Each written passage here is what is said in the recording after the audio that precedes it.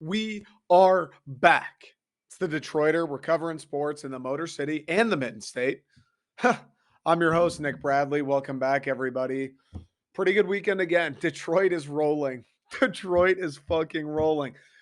Henry Ford inventing the automobile, Motown, Stevie Wonder, Barry Gordy, the whole lot of them, the arsenal of democracy, and the 1940s, 1950s, 1940s, 1950s, when it was maybe or one of the most up and coming cities in America. It was like New York, LA, Chicago, Detroit. And then these last 2 weekends in the middle of November 2022. I think that might be the hierarchy. Like you talk about Detroit, the greatest moments the Motor City's ever seen. I think that might be the hierarchy. The car, the Motor City, Motown, self explanatory, saving the world from Nazism. Okay. And then just being a sick city that everybody moved to, everybody wanted to live in, a busting metropolis. 2 weekends in November when the Lions won, MSU won, Michigan won. The Red Wings lost. Okay, the Red Wings lost this weekend to the Kings. Fair enough. We can look past it. Long season for those guys. And the Pistons, sure, they're 3-12, but they're rebuilding. Young core, Jaden Ivey looks good. Killian Hayes, after being dragged over the coals as he has been his entire 2-year career in Detroit, he's bounced back the last 3 or 4 games. He's been pretty good for the Pistons. Cade Cunningham still breathes. Yes, he's injured. Yes, he won't be playing for the next few, but he still breathes. He still lives. He still wears Pistons colors when he does play. This is a good fucking time for the city of Detroit. Potentially a top 5 time. I mean, it really, you'd be hard pressed to find a better time than this. It's fun. Winning is fun, dude. That's my mantra. Like, staple that shit to my forehead. Winning is fun. If anybody, as far as my sports takes go, my sports philosophy, if there's anything anybody could know about me, like the aliens came and they go, "What? How do you think about sports? What's your opinion? Rebuilds, building championship teams. Just as a fan, how do you like things to go?" If the aliens asked me that first, I'd be like, "You guys are fucking really good at English. Great job. You must have been watching us for a while." And then I'd go, winning is fun. There it is. You want to talk about rebuilds? You want to talk about more draft picks? You want to talk about, oh, what happens? Mediocrity. Oh, it's not going to help you. You should tank. You want to talk about all of that garbage, all of the negative shit that sports fans love to talk about anytime their team does something good. And obviously, I'm a Detroit guy. I talk about Detroit. This is a Detroit podcast. I'm sure this happens everywhere: Boston, New York, Philadelphia, Dallas, Los any city with major sports franchises that have dedicated fans that fucking care, that are talking about their teams on a Tuesday at lunchtime, that are talking about their teams Thursday night before they go to bed, that are talking about their teams at the coffee shop on Sunday. Any city that's got fans like that really fucking care, there's two sides of the aisle. There's the side of the aisle that likes to win and likes the ride and just wants it to be fun. They watch the games to watch their teams perform and to smile and to cheer about shit that goes their way. And then there's the other half of the aisle where, although they will say, yeah, we want this team to win, yeah, we want to see championships, although they will say that and they will claim themselves as fans, they seemingly get more excited when there's negativity about. And when their team isn't doing anything negative, I don't know. Let's talk about one that comes to mind: the Detroit Lions. For the last 2 weeks, not a whole lot of negativity for the Lions lately. And by lately, I mean the last 2 weeks. Win against the Packers. Haven't done that very frequently in the last few, or at least in my lifetime. I shouldn't even say last few, just ever in the world existing.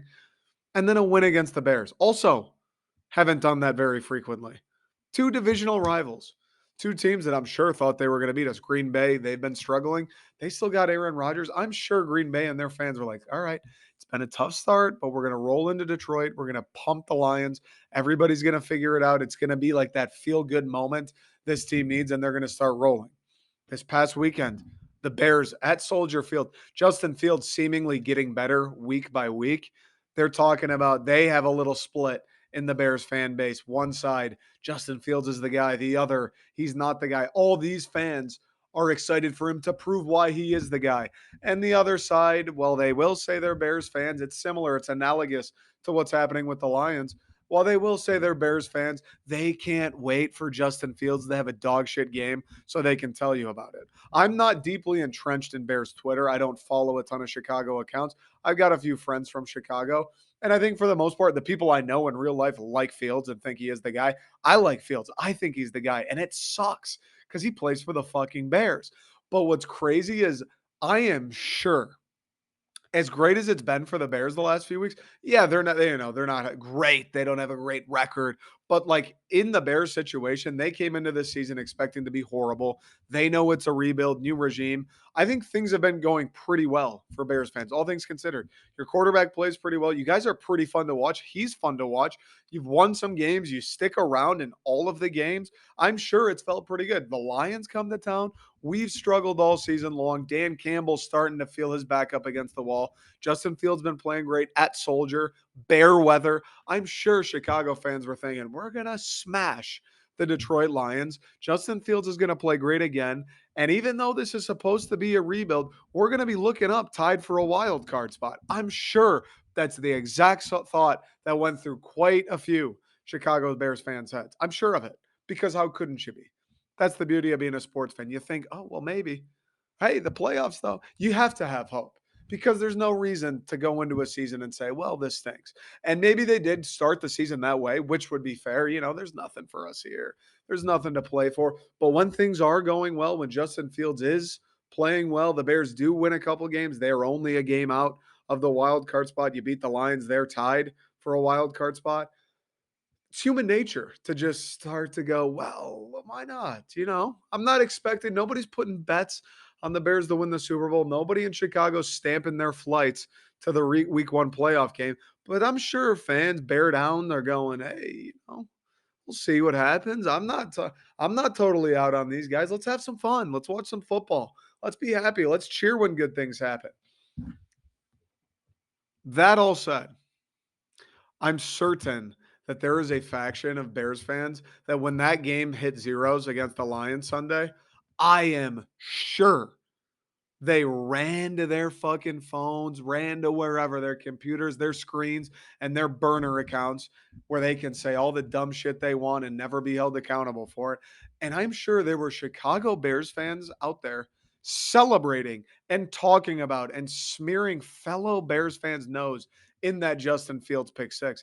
I am sure of it. Although Justin Fields is the only reason that game was that close that late, that run was fucking ridiculous after the pick six. He played, I thought, pretty well all day. His legs, outside of a couple real nice plays from Aiden Hutchinson, kind of killed the Lions all day. Like, I haven't watched the Bears every single week, but when I do catch snippets of the Bears, whether it's on Red Zone or I see highlights on Twitter or I'm bored at work and I'm watching the YouTube highlights, don't tell them I said that. I always kind of walk away going, all right, they lost or the team's not the best, but Justin Fields is pretty fucking good. And still, I'm certain there were Bears fans running and saying, "Oh, if we win that game, if he doesn't throw the pick six, oh, Justin Fields, you think he's the guy? What a terrible decision that was." And it was a horrible decision. I mean, that throw is inexcusable.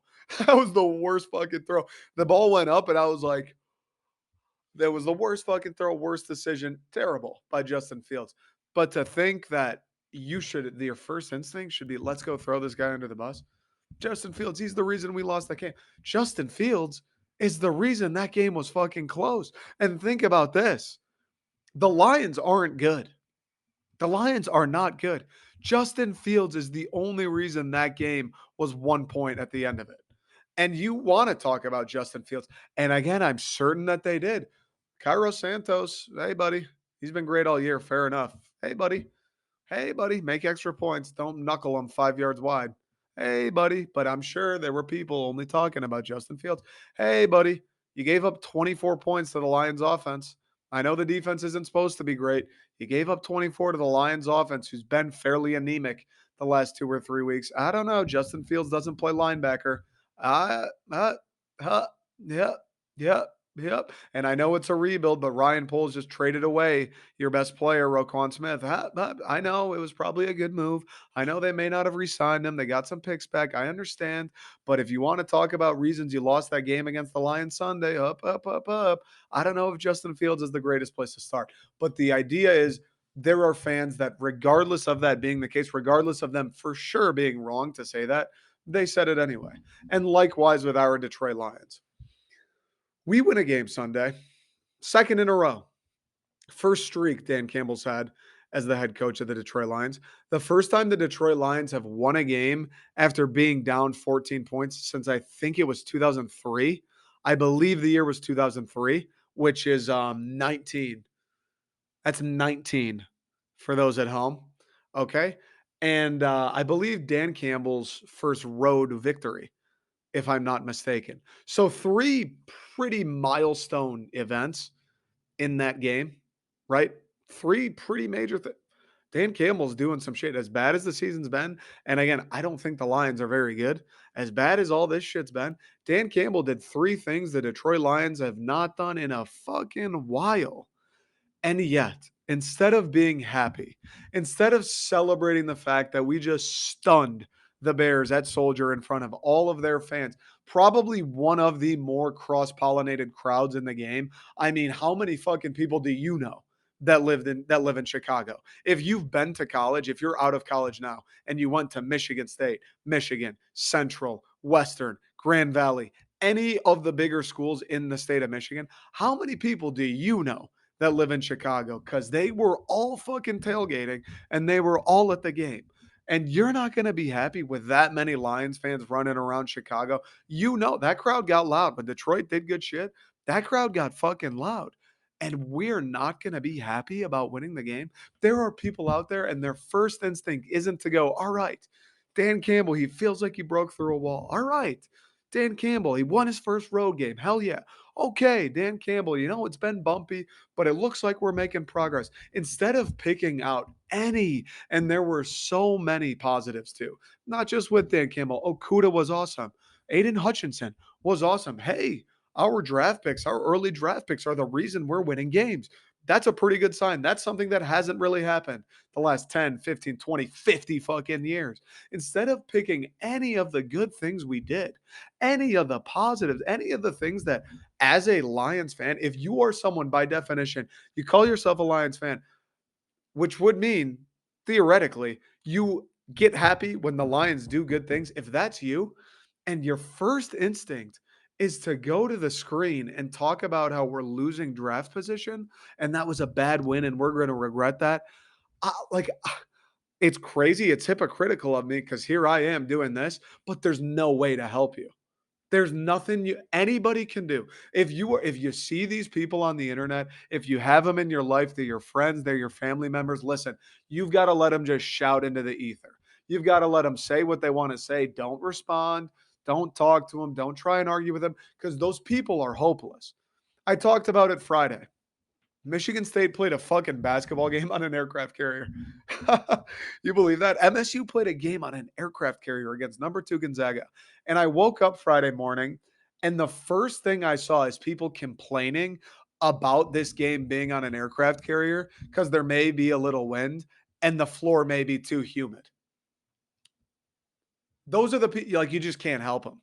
You know what I mean? Dan Campbell gets his first ever road win. It's 2 in a row for the Lions. You beat your division rival at Soldier with a big Lions crowd.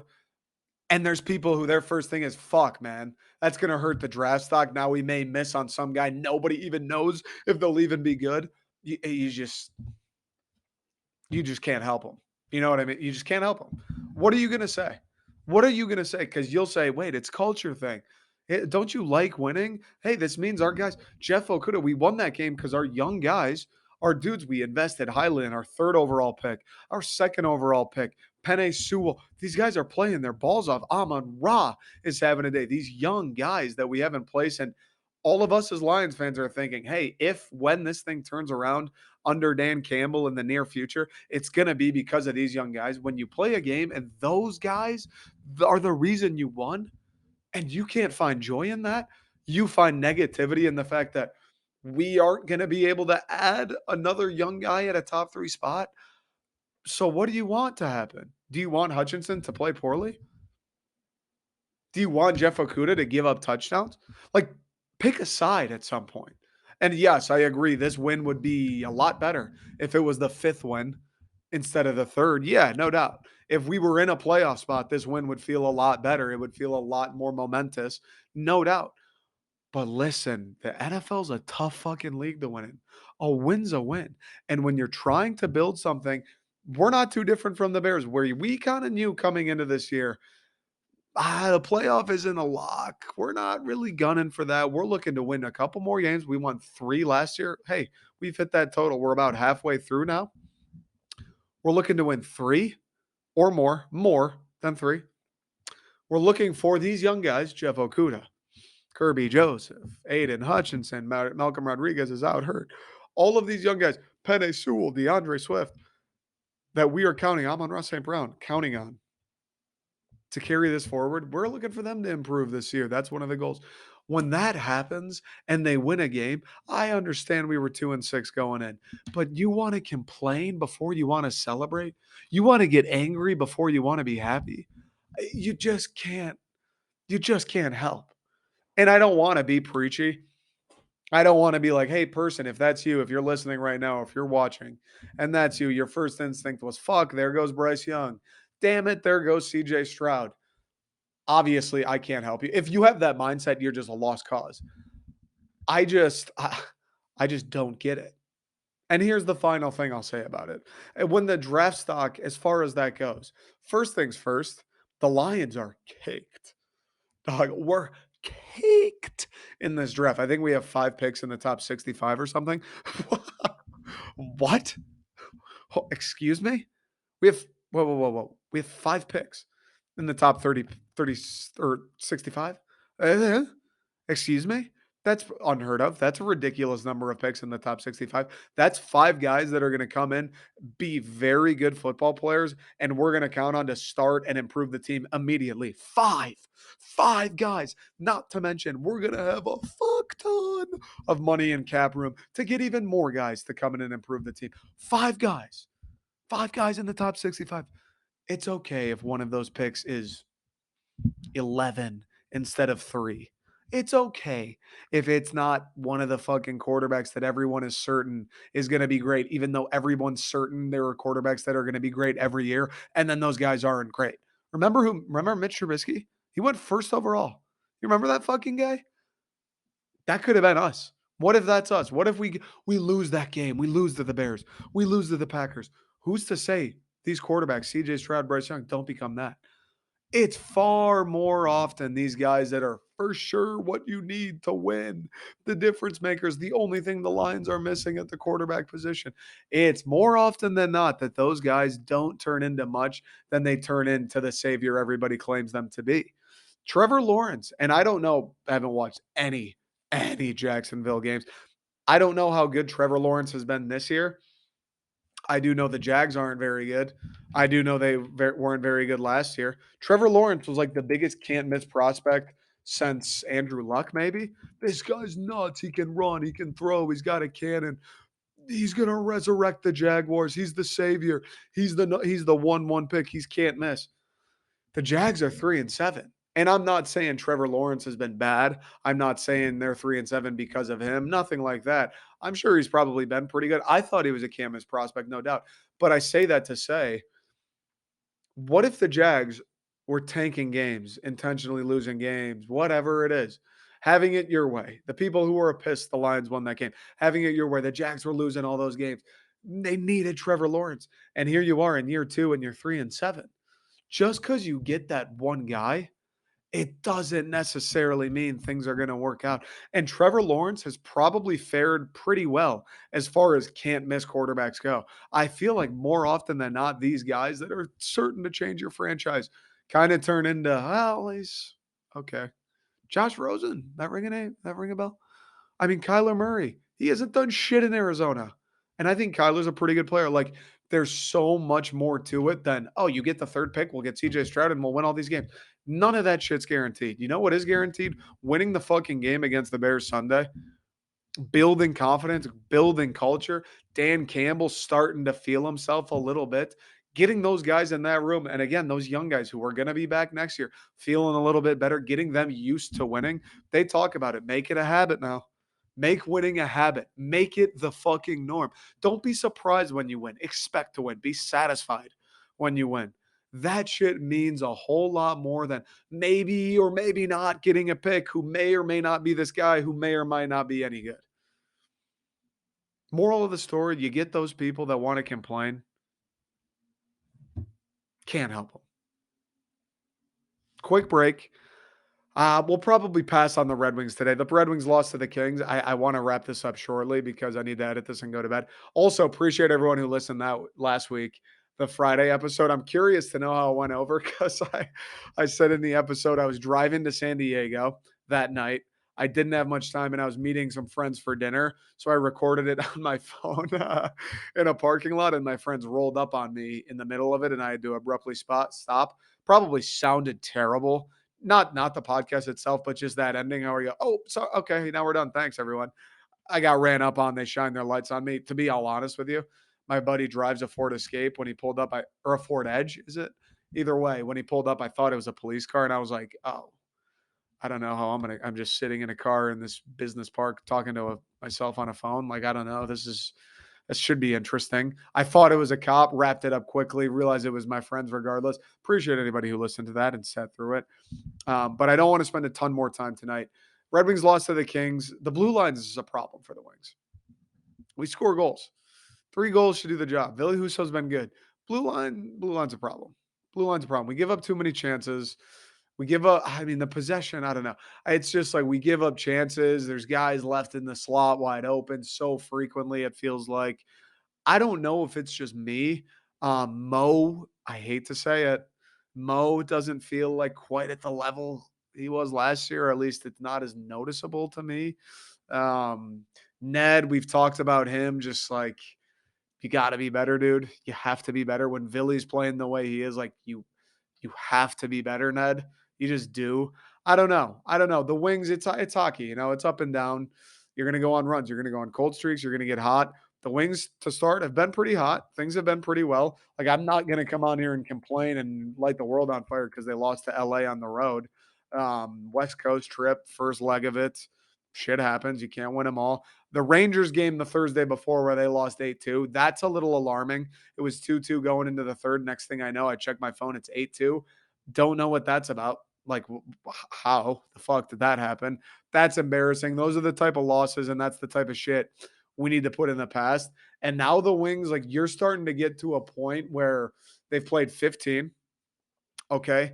Like I said, pretty good start. You win some, you lose some. It's a game of streaks, especially in these long seasons. But the cream has started to rise at the top in the Atlantic.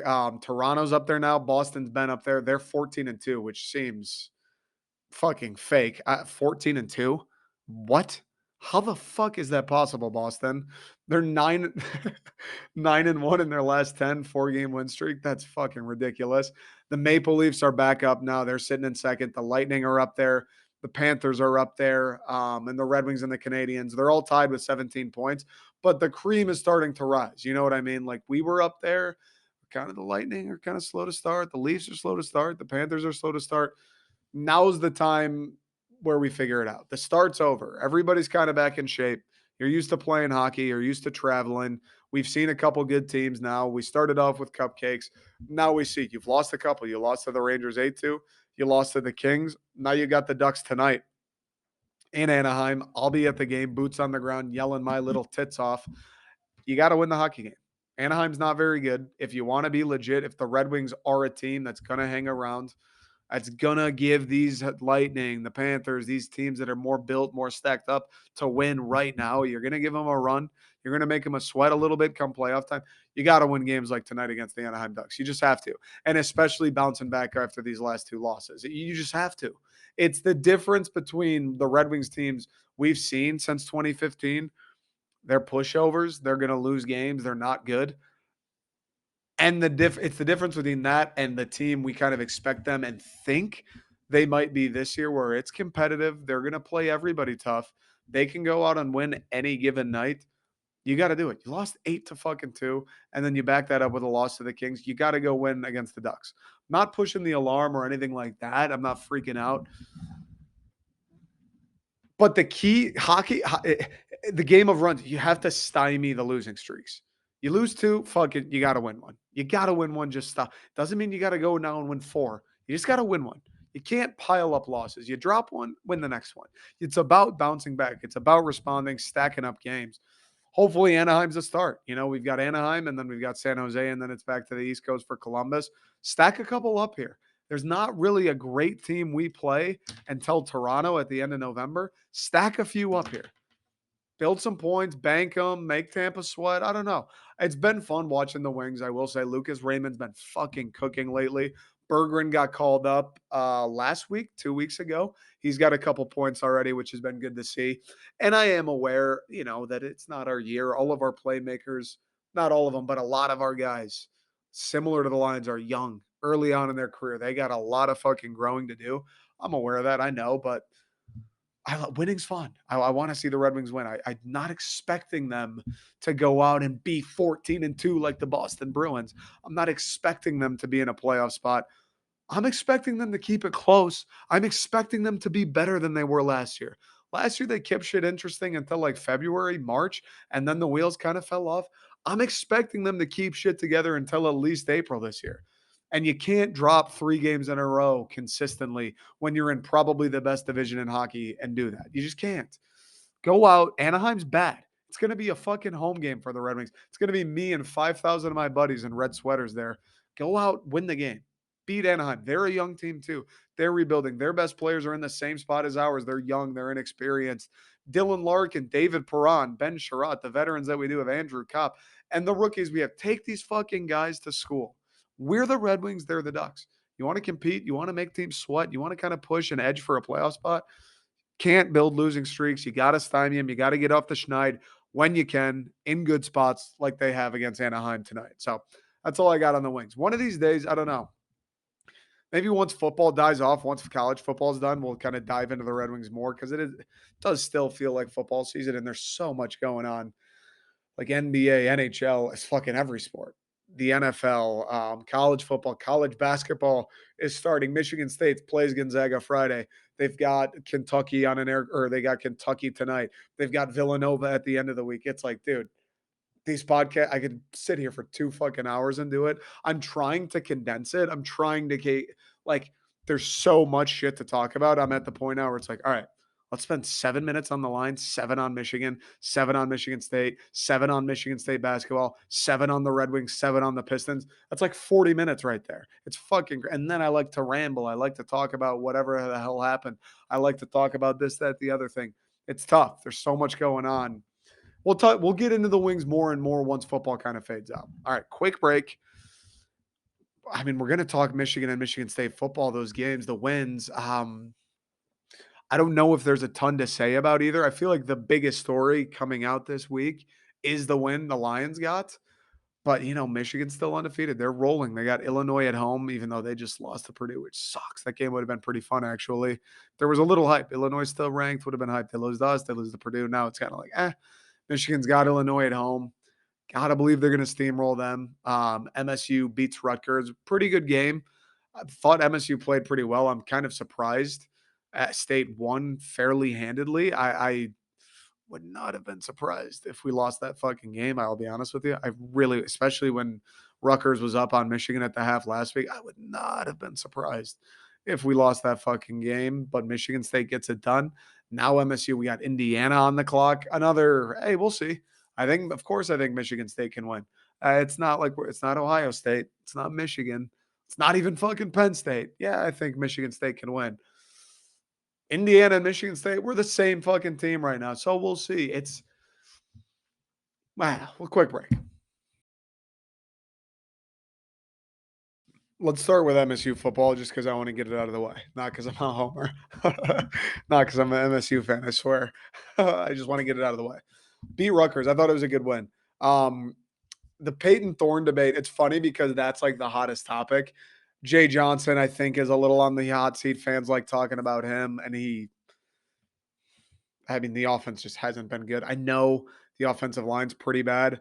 I know Peyton Thorne hasn't been very good. The offensive scheme, though, is also like just the run game is what I have issues with. Like we know Jaden Reed, Keon Coleman probably Daniel Barker, Trey Mosley, like all of these guys. We know that there are strengths, and yet we have a dedication to the run game that's strange. And the run game actually worked against Rutgers. Oddly enough, that I'm saying it. I'm just kind of talking about Jay Johnson as a whole up to this point.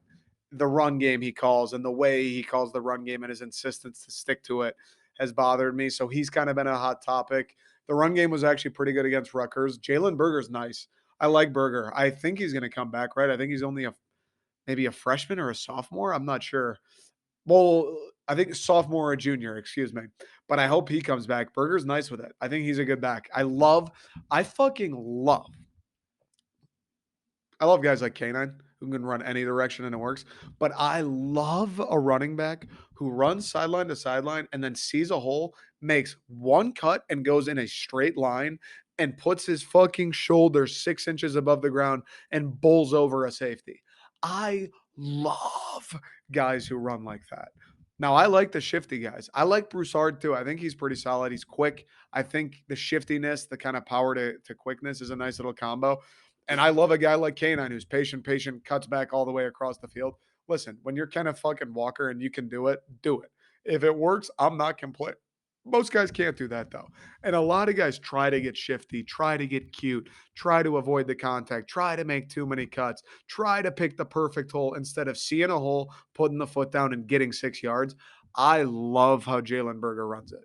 And he's not going to win a Heisman run in the way he does. He's not going to be on the top 10 plays. He's not going to be Kenneth Walker, but he's going to get you a few yards every fucking time.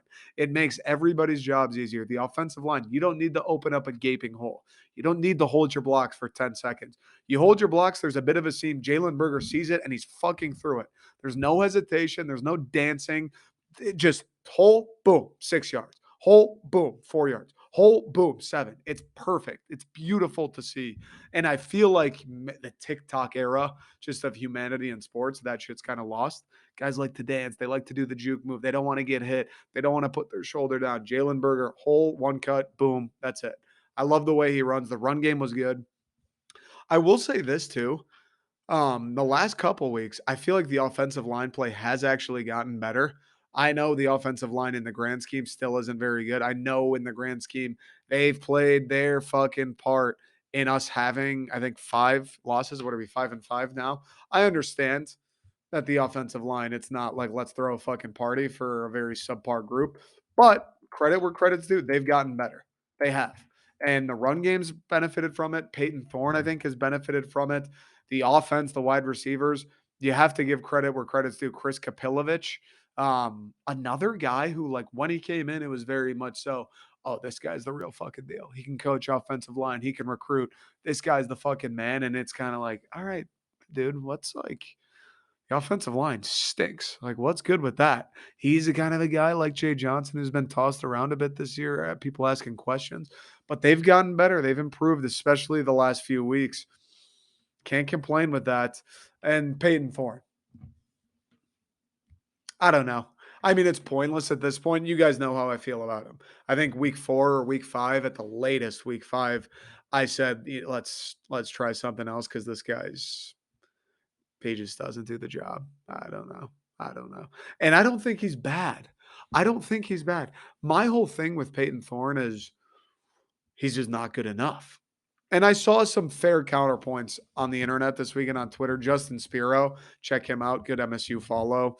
Justin Spiro tweeted, all right, all these people that want Peyton Thorne to be benched. There's something to be said for having average quarterback play. Like Peyton Thorne's not a world beater, but he's also not bad. A lot of college football teams' quarterbacks are bad. And we've seen a few. Iowa, bad. Rutgers, that guy's bad. Illinois, the guy's bad. Wisconsin, not very good. A lot of schools, most schools, their quarterback plays bad. So he made the point, Colin is just outright bench a guy who's been there for a few years, who set a record last year, who's a leader on the team, who's okay. At worst, he's okay. Fair, I guess. Benching him isn't a good look. Okay. I guess I understand. I can hear that. My entire point, and now it's irrelevant. Now after they played him for like the Ohio State game, it became irrelevant. But now it's to the point, or excuse me, now it's irrelevant. But then it was like, I get what you're saying. He set the record. He's a leader, but the way he was playing in that Washington game, in the Minnesota game, in the Maryland game, the way he was playing in those games, it was fucking evident to anybody paying attention. He's not the same guy as he was last year. And even if he was, this guy ain't going to get it done when we need it. He ain't going to get it done against Ohio State. He ain't going to get it done against Michigan. Plain and fucking simple. That was my point then. Now, I still get frustrated. And he played all right against Rutgers. He still made some terrible fucking throws. There was a fourth down throw, just airmailed it. Guys wide open, airmailed it. He made some good throws too. The throw to Jaden Reed was a dot. There's no doubt about that. I'll give again credit where credit's due. Um, but he still fucks up royally. He still makes throws where it's like, wait, what was that, Peyton? You were good, like the guy's wide open. It's a 5 yard out route. Where's the error coming from? Why is it 10 yards over his head? He still does stuff like that. That watching the game, I'm like, but now it is what it is. There's no point anymore. You may as well keep him. There's no point. I wanted to see Caden Hauser. I wanted to see Noah Kim get reps.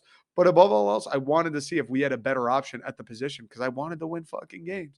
Now, Hauser, Noah Kim, reps, whatever. They'll get enough reps next year because I don't think Thorne will be the guy next year. I really don't. But now let's just finish out the season. Let the leader play. He knows the playbook. He's fine. He's not bad. He's fine. Let him finish it out. Let him throw it to Jaden Reed. Been playing together since high school. It is what it is. That's been, I think, the hottest topic of conversation for MSU football. And it's just, we're 5-5. Like we're trying to beat Indiana Saturday and make a bowl game. That's where we're at. Like there's what are you talking about? The last thing I want to say about MSU football is Scotty Hazelton has done a good job the last few. I mean, the Rutgers game defense was good. Illinois, the defense was good. Michigan, they scored 29. I still thought our defense played pretty well. Wisconsin, our defense was better. Wasn't great, but it was better than it had been in the first six. Really, the last 4 games since Ohio State, the defense has been pretty good. You can't really complain. And it's funny because is it Scotty Hazelton figuring it out and improving and making adjustments? Or is it that's right when Xavier Henderson and Jacob Slade came back? Kind of an interesting line there. I don't know. I fucking wish I knew because I'd call up Mel Tucker right now and let him know whether or not he needs to investigate whether Scotty Hazelton should be here next year.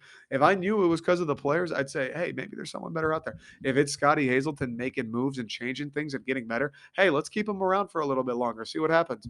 I don't fucking know. I don't fucking know. It's like a chicken and an egg with Scotty Hazelton and Michigan State. On one hand, when the defense was garbage, on one hand, the first 6 games, I see plays where Angelo Gross is looking at the sideline, the ball is snapped, and we have Angelo Gross and Amir Speed covering one guy running a slant route. Meanwhile, Angelo Gross just lets his guy go straight by him for a wide open touchdown.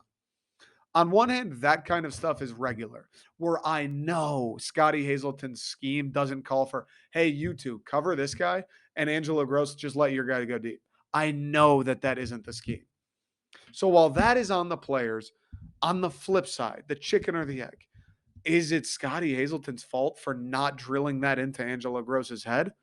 Or is Angelo Gross uncoachable? That's what I don't know. That's where I don't know who to blame. Because, hey, players play, dude. Mel Tucker and Scotty Hazelton aren't the fucking ones covering Marvin Harrison Jr. The players play. They're not the ones blowing coverages every week. The players play. But on the flip side, they're the coaches. They're the guys in charge for making sure everyone knows what they're supposed to be doing. They're the guys who put Angelo Gross out there consistently, despite him having no fucking clue what's happening around him. So it's very, very interesting, the dynamic with Scotty Hazelton and MSU. I don't know. I wish I had the answer. I don't know. The craziest thing is I don't even know what my opinion is. Like right now, if you go gun to your head, do you keep Scotty Hazelton? I don't know, dude. The defense has been better the last 4 weeks. You got to imagine, as far as personnel, it's only going to improve next year. I don't know. I don't fucking know. I don't know what the smart move is. And they have improved, but have they improved because have they improved because they're getting players back? Jacob Slade's back. Xavier Henderson's back? Or have they improved because Scotty Hazelton's making changes and catering to his guys? I don't know. I don't fucking know what's happening. What I do know is Scotty Hazelton does deserve credit. The players deserve credit. Scotty Hazelton also deserves credit the way the defenses look these last four. The way I'm leaning now, keep Scotty, because I've heard other people too say that, hey, Scotty Hazelton is a good coach. Like he knows what the fuck he's doing. And you watch back the film, Washington, it happened. I mean, it's the usual suspects for state. The guys who screw the pooch. Angelo Gross, Amir Speed, Ronald Williams, Chester Kimbrough. It's the usual suspects that are covering the wrong guy, that are covering grass, that are playing 30 yards off on a 5 yard out route. It's the usual suspects. Charles Brantley doesn't get cooked the way those other guys do. He's playing the same scheme. He doesn't. Xavier Henderson doesn't get cooked the same way Angelo Gross did. They're playing the same scheme. Kendall Brooks doesn't get cooked. The guy came from a Division II school. Kendall Brooks doesn't get cooked the way Angelo Gross did. They're playing the same scheme. Jaden Mangham, a freshman, doesn't get cooked the way he did. They're playing the same scheme. Like, I, I don't know, but the way I'm leaning right now is let's let Scotty stick around a while longer and maybe just be quicker to make changes personnel wise. I don't know, but it is interesting. That is, as of right now, going into MSU's offseason, just why? Because again, yeah, let's make the bowl game. Let's beat Penn State. Let's win the bowl game. Uh, nobody, we don't fucking care. We don't fucking, if they're in the Quick Lane Bowl in Detroit around New Year's, yeah, I'll go to the game, but we don't fucking care about the Quick Lane Bowl, do we? Nobody does. Come on now. Don't lie to yourself. Just because you bleed green, don't lie. We don't fucking care about the Quick Lane Bowl. The most interesting story as the season winding down to me is what do you do with Scotty Hazelton? Because the offense has kind of just sputtered all year. Jay Johnson, no problem. Get rid of him. Fucking who cares? Scotty, they've gotten better. So I don't know. All right, let me take one more break and we'll talk Michigan football. Fuck. I really want to talk about MSU basketball, especially after the Gonzaga game. God damn it, dude. God damn it. I don't want to. I can't make these 2 fucking hours. Otherwise, I'll have no time. It'll take me a year to upload them and edit them. And I'm trying to do other stuff. I can't make them 2 hours. Do I talk about MSU hoops tonight? Or do I wait until I watch the Kentucky game and I talk about them for Thursday's episode going into Villanova? Maybe let me do 1 minute. Let me do a speed minute on Michigan State hoops. All right. MSU lost to Gonzaga on the aircraft carrier Friday. First things first, let me say this. I love being a Michigan State fan. And the best part about it is, especially basketball, we do shit like that. Not a lot of schools, very few, in fact, can say they've played a basketball game on an aircraft carrier in San Diego on Veterans Day. I was at the game. It was the most unreal sporting event I've ever been to. I still can't believe I was there. I really can't. And I was watching Michigan State, my alma mater, play a basketball game against the number 2 team in the country, thousands of miles away from East Lansing. That's why Michigan State fucking rules, because you get to do stuff like that. As for the game itself, that first half was unreal. It's like the most fun I've ever had in my life, dude. We were going fucking crazy. That boat was rocking and it wasn't from the waves. We're 2,000 something miles away. Spartan Nation pulled up. We were loud. We were there for our guys. They balled. And the second half, it kind of dwindled. Is what it is. Gonzaga's a good team. There's a reason they're ranked 2. We knew the front court was going to be a weakness, and they fucking showed up. Joey Hauser made sure, hey, remember me? I'm terrible at defense. I don't know. I still like this team. I think the team's going to be good. Our guards are going to be good. AJ Hogard is a fucking dog. Madi Sissoko appears to have taken quite the step. He seems like he's going to be a problem. I'm pretty excited. I'm excited for Kentucky tonight. I know Kentucky's supposed to be more athletic and pose more, if you can believe that, more of a problem to our front court, but I don't give a fuck. I don't give a fuck. It's how I felt going into Gonzaga. People were like, dude, they're 10.5 point dogs. Like, what do you think? And I'm like, I don't fucking care. We're Michigan State. You think Tom Izzo and AJ Hogard and them pull up there like, damn, Gonzaga's good. You think they're going to pull up going, Kentucky's good? Nobody, we don't fucking care. I like our team. I like the guys we got. I know the front court isn't very good. And if Madi gets into any sort of foul trouble, we're fucked. I get it. But guards win. Guards win. Hopefully, some guys come along in the front court. Hopefully, Kohler hits the elliptical, moves those feet a little bit more. Hopefully, Malik can play a little bit bigger. Hopefully, Tom gets smarter with his lineups. I don't want to dive into it, but Jesus Christ, playing Jackson Kohler and Joey Hauser together, why didn't you just tell the scoreboard operator to throw up an extra 10 for Gonzaga? I don't get that move. But the team, I think, is going to be good. And at the very least, they're going to be competitive. They're not going to take shit off anybody, and they're going to be fun to watch. Unreal event, unreal game. Spartan Nation showed out. The team was fun to watch. A fucking basketball game on an aircraft carrier in San Diego. That is the type of shit why Michigan State rules. All right, another quick break, and we'll talk some Michigan football, and we'll call it. Michigan's fucking good, man. Michigan's fucking good as fuck. They're so good, bro. I don't know, dude. I don't know, dude. They're fucking good. I'm a Michigan State fan. I have people who roast me all day. Michigan fans. You think I like coming on and going, Michigan's fucking good? I don't, but it's true. I don't lie. Michigan's fucking good, dude. I mean, no, it's not Nebraska. They stink. They've stunk since the 80s or the 90s or whatever it is, 97. But Michigan's fucking good, man. Ohio State, if I'm a Buckeye fan, I'd be quaking in the boots, in the shoes, in the horseshoe boots. Michigan runs the ball. They play defense. JJ runs. Their athletes are good. Their defensive line's good. Their offensive line's nuts. Their running back sick. Fuck, Michigan's good, man. They just are. Is what it is. I mean, they cleaned Nebraska. It's been the same thing. It's like, what do Michigan? I'm curious. What do Michigan football centric podcasts like? What are their episodes like? Because last week I mentioned we were talking about the game this past week for a little bit. I wanted to spend a little time on it, and it's like, all right, well, they're playing Nebraska, who stinks. So they're gonna smash Nebraska. I don't know what's like what do Michigan say? Those the Michigan podcasts who are doing 3 episodes a week and just talking Michigan football. What are they even talking about anymore? Like, all right, you got Illinois this week. You're gonna fucking kill them. What is there to talk about? Blake Corum's probably gonna have a day. JJ McCarthy's probably gonna make a few plays with his legs that make you go, wow, that's the difference. The offensive line's probably gonna dominate the line of scrimmage. Your defensive line's probably gonna do a great job of getting to the quarterback. You're probably gonna stop the run with ease. Your defensive backs are probably gonna make a couple plays that make you go, man, we haven't had guys like what's the fucking kid Will Johnson in a long time here. It's the same goddamn thing. And then to all that, you're gonna go, Jake Moody doesn't miss. It's the same goddamn thing every week, and I'm so fucking jealous. They don't lose to anybody.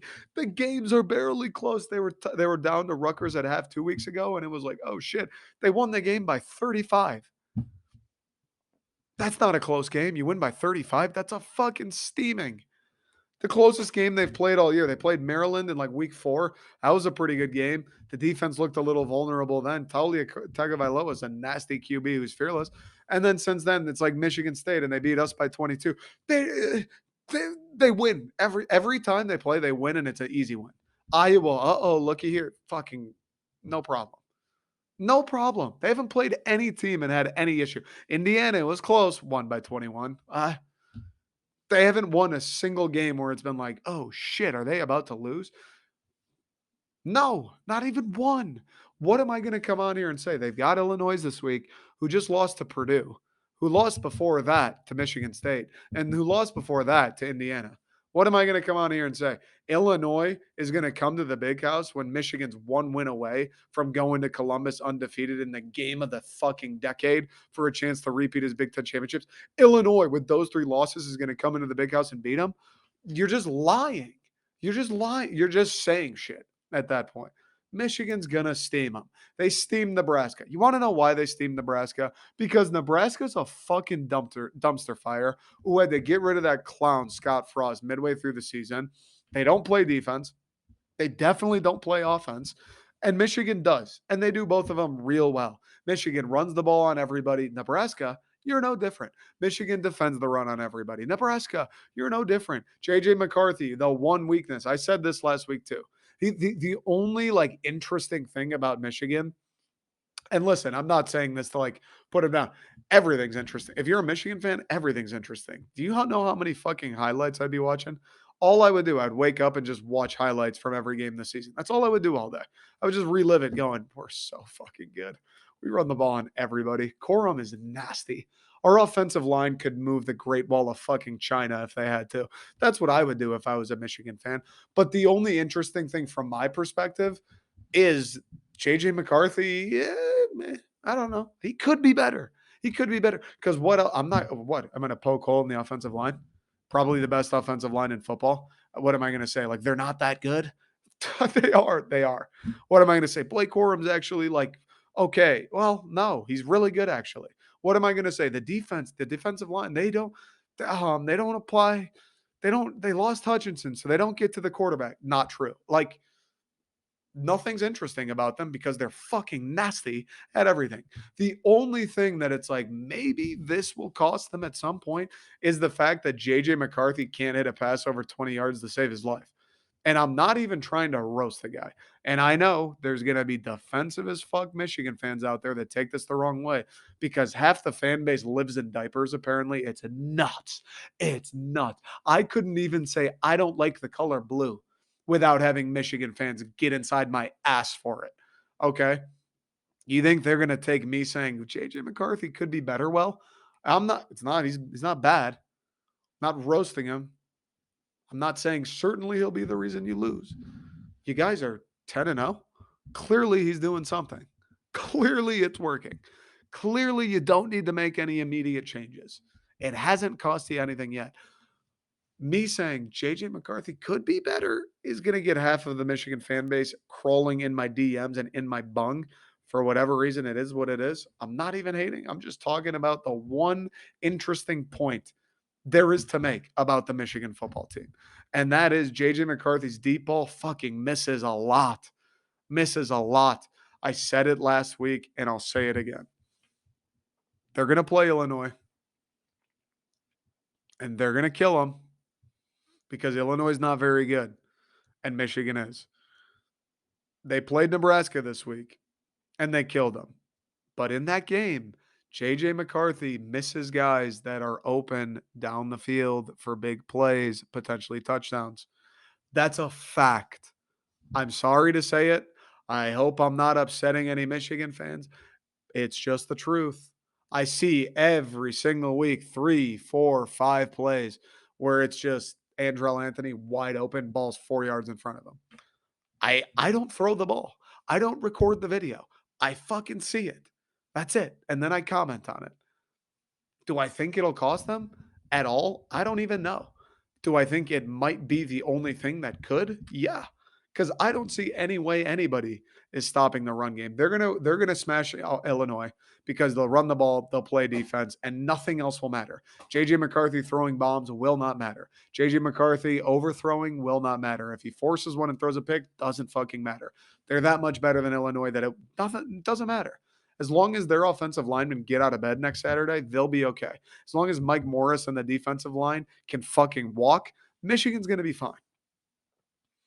But when they play Ohio State and they inevitably, if they win that game, win the Big Ten, and they got to go play a Georgia, or they got to go play a Tennessee, or they got to go play USC, or Ohio State again, or Alabama, or whoever it is, whoever it may be, when they got to go play one of these big dogs where they can match up in the trenches a little bit more than an Illinois or a Nebraska or a Rutgers, that's when you get Andrell Anthony wide open for a 60-yard touchdown, you are going to need your quarterback to make that throw. Those will be the games. And in Columbus, 2 Saturdays from now, that'll be a game where if JJ McCarthy's just missing guys streaking down the field, every time that ball touches the turf, it's going to feel it's going to feel like someone's turning a dagger in you. And listen, you can be mad at me, you can hate me, you can disagree with me as a Michigan fan. But you know and I know when and if that happens, the first time it happens in Columbus, you're going to go, the first thought in your mind is going to be, fuck. I really hope that doesn't come back to haunt us. That's going to be the first thought in your mind. It's going to be the first thought in everyone's mind. It's going to be the first thought in JJ's mind, in Jim Harbaugh's mind. I know it's going to be the first thought in yours. That's okay. That's human. That's natural. That's the only thing. I mean, Michigan is a fucking wagon. I think they're going to beat Ohio State. I just think they're better than them. But if they lose that game, or if they lose even further down the road, maybe in the Big Ten or to a Georgia, I have a hard time seeing any other way they lose than just missing on big plays that could have been points and just leaving points on the board inevitably. Hey, you missed that 60-yard throw, would have been a touchdown. We had to settle for 3. Hey, you missed that 40-yard bomb to Ronnie Bell. We had the punt. Hey, you missed Roman Wilson 35 yards in the middle of the field. Had the punt. Like, eventually, yeah, you gotta eventually that shit'll catch up to you. When you play these elite teams, the difference becomes the number of mistakes you're allowed to make with getting away with it. You play Ohio State, you play Georgia, that number gets way fucking smaller than it is this week against an Illinois. I think Michigan's really fucking good, dude. Uh, they kill everyone. I don't know what else there is to say about it. Like, genuinely, I don't get what Michigan football podcasts or radio shows talk about. Like, you just talk for the 12th week in a row, we're just like the offensive line rules. It's the same shit. They win the same way every week. They give it to Corum, nobody touches them. Nobody gets they give it to Corum, nobody touches them. On the flip side, nobody can run the ball on them. The secondary is pretty good, and that's it. That's it. Nobody scores on them, and they run the ball until they score on everyone. It's it. It's the same fucking way they beat Ohio State last year, mind you, shoving the ball down their throat on the ground and dominating the line of scrimmage defensively. It's the same way they beat Ohio State last year. You got all those fun toys on the perimeter for the Buckeyes. That shit doesn't matter if CJ Stroud's on his back in 2 seconds. I don't know. If you're a Michigan fan, one last thing I want to say, and we'll leave it on a positive note for a Michigan fan. If you're a Michigan fan right now, I really hope you're savoring this because this team, A, is fucking ridiculous. B, just steamrolling everybody you play like this is not common. And C, to have this season, to win the Big Ten last year and the best season they've had since 2003 or whatever it is, and then to back it up with a team that might be better, maybe already a more impressive. You beat Michigan State this time with a more impressive season. And now you're going to get a chance to go to Columbus. And it's not like, oh shit, we got to slay the dragon. I believe the mentality of Michigan going to Columbus this year is, assuming you beat Illinois, which you will, Ohio State needs to worry about us. I'm not nervous for Ohio State. Ohio State is nervous for us. The fact that this season is what's backing up last year's, if you're a Michigan fan, I really fucking hope you're enjoying it. I really hope you're savoring it because I'm an MSU fan. Last year ruled. This year we're playing for bowl eligibility Saturday, and I'm like, I waited all year for this, and it's who cares? I really hope Michigan fans are soaking it in because god damn it, dude, good college football seasons are the best. And great ones, elite ones like this don't happen very frequently. Michigan State was great last year. It wasn't 2013, wasn't 2015. Like, I don't know when the fuck that's going to happen again. You are living in our 2013, our 2015 right now. So I hope you lock in. I hope you got plans for all these games. I hope you're spending it with your favorite people in the world. I hope you're smiling, having a time. I hope Michigan football, all the years that you suffered and you got clowned on, and well, when you do dip again one day, you'll be clowned on again by people like me. Yes, absolutely. But while you're riding high, I really hope Michigan people are savoring it because god damn, dude, having a good college football team is the fucking best. It's the best. And they're sick. They're sick. I think they're going to smash Ohio State. There, I said it. All right, quick break. I will no, not quick break. That's the it. That's the end of the episode. Appreciate everybody listening. Appreciate everyone who shares. Subscribe on YouTube, Spotify, Apple. You know the deal. Share it with your friends. I don't know of any other Detroit sports podcast that hit the way this does. Not to brag, not to blow my own horn. Toot my own horn, not blow it. You know the drill. Appreciate you listening. We'll be back on Thursday. Let's go Red Wings tonight in Anaheim. I'm going to fucking be there. Look for me on the television. If they show the very top, the nosebleeds, I'll be there. Fucking look, keep an eye out for me. Let's go Michigan State. Go green. Fuck Kentucky. I don't care who they have. And that's about it. Haven't watched a ton of Michigan basketball. Maybe that'll change once football ends. All right. We'll see you guys next week, or we'll see you Thursday. Jesus Christ.